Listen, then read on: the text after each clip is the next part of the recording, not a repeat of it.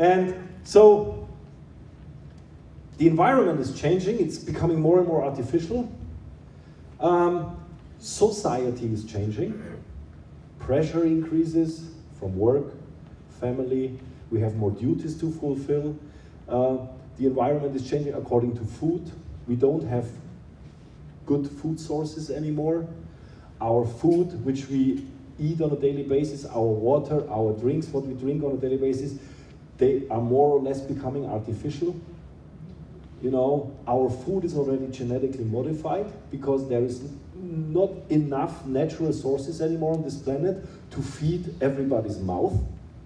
So the industry has to become creative and create additional artificial food. We eat all that and our body has to deal with it.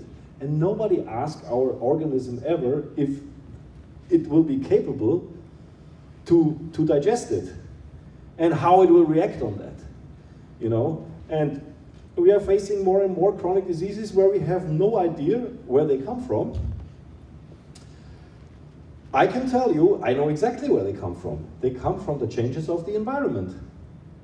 And they come from what we eat and what we drink on a daily basis. You know, it's the things which we do on a daily basis which determine how we react on it. Not the things which you do one time per month or one time per year. You know, what you do on a daily basis. This is what's the determining factor whether you become ill or stay healthy. Very important to know. So, those consequences of the environmental changes, they lie in the problem that we more and more get adaptation problems. Then the quality of food, the quality of water, and this potential increase of electrosmog, this potential increase of artificial information around us. This is what becomes pretty scary.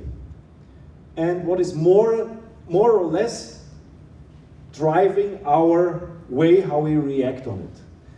And do you know the chronic disease number one in the world right now?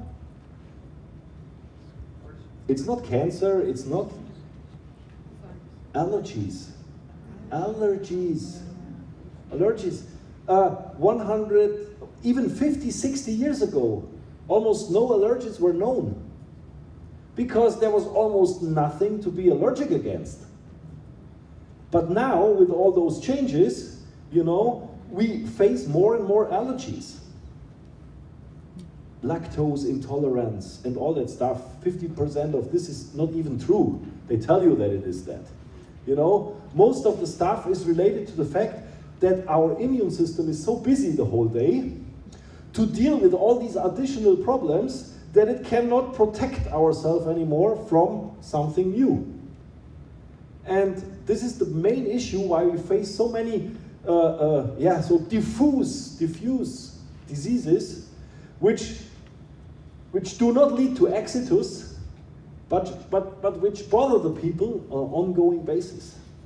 You know, sometimes people even don't know what the illness is.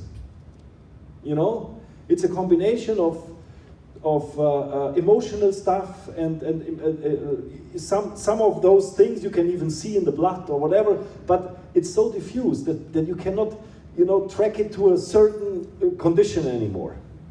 You know, and then they call it burnout, or they call it chronic fatigue. You know, and then they tell you that's a mental disease. You know? A chronic fatigue is not a mental disease.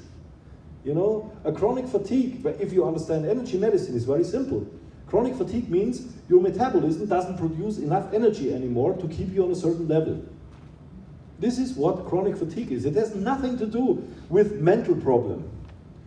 You know, of course you have a mental problem with it if you would like to do something and your body doesn't provide you the energy for that. But that doesn't mean that you are bipolar or that you have a mental disease. It's just, you know, you don't want to get along with this situation and you don't like it. And then you react. You overreact or react strange on this, you know? And if they then if the people, I call it the people, tell you then, yes, you you probably are already in deep depression or whatever, then you start believing that. You know, it's strange. You know, don't believe in that.